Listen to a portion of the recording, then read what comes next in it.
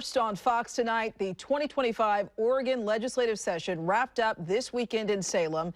And while a lot of progress was made on key issues such as homelessness and wildfire prevention, two major transportation bills failed to make it to the floor for a vote.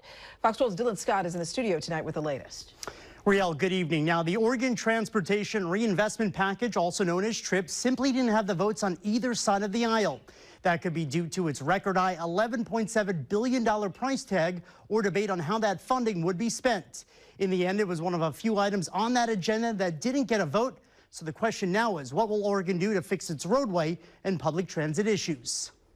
We have to reset how we do transportation conversations in the state. It was too big.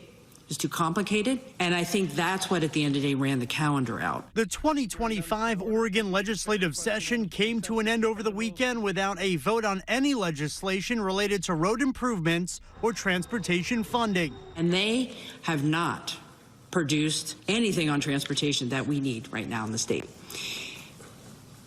So that conversation is very much unfinished business. HB 2025, or the Transportation Reinvestment Package, was a massive infrastructure and services bill meant to take on interstate projects and fund organizations such as ODOT at a critical time. However, it failed to even make it out of committee, with some Democrats concerned about how the money would be spent at the local level, and Republicans calling the $11.7 billion bill the largest tax hike in Oregon history. If we want to have a conversation about an expansive Department of Transportation that does an awful lot, if Oregonians think that's worthwhile, then absolutely create a pathway for them to adopt taxes that pay for that. But without them having a say in this, I'm just being responsive to what I've heard from folks, and all I hear again and again and again is it's so expensive to live here. In its place, HB 3402 was introduced as an alternative to address state and local concerns.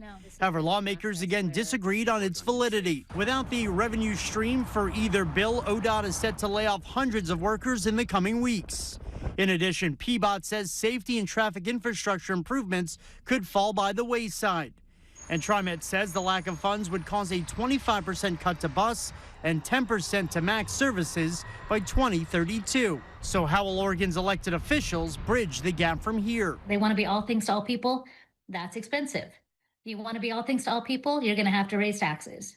It doesn't mean that they have to continue to operate that way.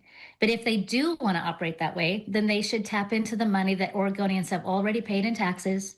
They should use money in the emergency board fund. They should use ending fund balance. They should work that out without going back to Oregonians and asking them to pay more. Meanwhile, the governor, who previously expected the Democratic supermajority to push this item through, now looks to make this a priority in the days to come. The most I can say at this moment is the governor is highly engaged right now to make sure we can have transportation services throughout the state. Now, Governor Kotek said this weekend that her team would be working on this issue and reaching out to lawmakers to try and find common ground, hinting at the need for a potential special session to work on a funding bill for transportation before the next one begins in 2026. Reporting in studio, Dylan Scott, Fox 12 Oregon.